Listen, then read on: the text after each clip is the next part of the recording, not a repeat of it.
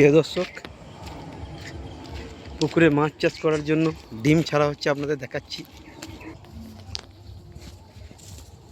এই দেখুন প্রিয় দর্শক, পুকুরে ডিম ছাড়া হচ্ছে। এটি বেলাড়ি গ্রামের একটি সুন্দর পুকুর। আর দেখুন পুকুর পাড়ের, হ্যাঁ এই দেখুন প্রিয় দর্শক, আমি দেখাচ্ছি। এদিকে সালাম চাচা আমাদের মাছের ডিম ছেড়েছে। আর ওই মাছের ডিম দিয়ে কত ছোট আকৃতির, হ্যাঁ এটা কত ছোট আকৃতির অগুন্তি মাছ রয়েছে। এগুলি কিন্তু 2 মাস 4 মাস 5 মাস পরে বা 1 বছর 1 বছরের অন্তরে, হ্যাঁ মানে বিরাট বড় বড় যে আমরা রুই মাছ, কাতলা মাছ, যে সমস্ত আমরা হাটে বা বাজারে এবং পুকুর পাড়ে যে সমস্ত মাছ দেখি, এই হচ্ছে তার চারা। এটা দেখুন একদম সদ্য ডিম থেকে ফুটে কত সুন্দর। এখানে প্রায় হাজার পেরিয়ে যাবে এর মধ্যে চারা আছে, এইটুকু একটা থালার মধ্যে। তো প্রিয় দর্শক, কাজেম চাচাকে আমরা দেখিয়েছি মাছের মধ্যে।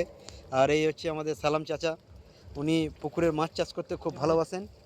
তাই যে দেখুন আবার দেখাচ্ছি, 65টা পুকুর ছিল সালাম চাচার। ওই দেখুন প্রিয় দর্শক, আবার মাছের ডিম এই বর্ষার সময় ফেলা হচ্ছে।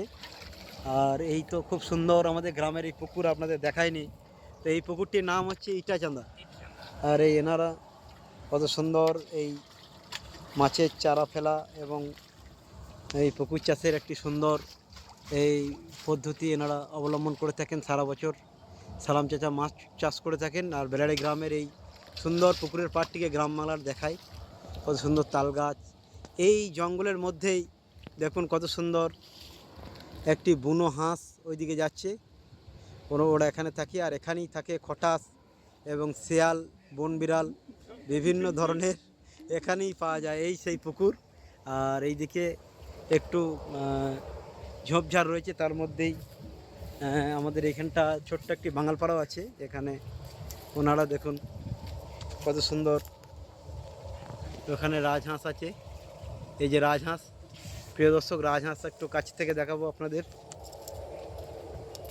এই হচ্ছে কত সুন্দর কলা গাছ, এইদিকে কত সুন্দর ওল গাছ বড় বড়। আর ওই দেখুন রাজহাঁসগুলো কই, ওই দেখুন প্রিয় দর্শক একটি রাজহাঁস। এই যে রাজহাঁস একটি, কত সুন্দর এই গ্রাম বাংলা চিত্র। রাজহাঁস রয়েছে, আমাদের দেশি হাঁসও রয়েছে, ছোটো জাতের হাঁস, মাঝারি।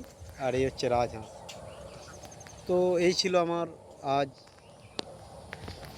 আজকের দিনের শুভ দুপুরবেলা আপনাদের এই ভিডিও করে দেখালাম গ্রাম বাংলার এই সমস্ত বনভূমি, এই সমস্ত জায়গা কত সুন্দর। এই বর্ষার দিনে খুবই ভালো লাগে। তো আমি নতুন পালক ফেসবুক পেজ থেকে এবং ইউটিউব চ্যানেল থেকে আপনাদের স্বাগত জানাই। সকলে ভালো থাকবেন, সুস্থ থাকবেন। আর সুন্দর সুন্দর এই ধরনের গ্রাম বাংলার চিত্র ও গ্রামীণ মানুষের চাষবাস ও অন্যান্য ক্ষেত্রে তাদের অবদান আমি দেখাতে থাকব। সকলে ভালো থাকবেন, সুস্থ থাকবেন। আবার দেখা হবে, আবার অন্য কোনো ভিডিওয় আবার দেখা হবে।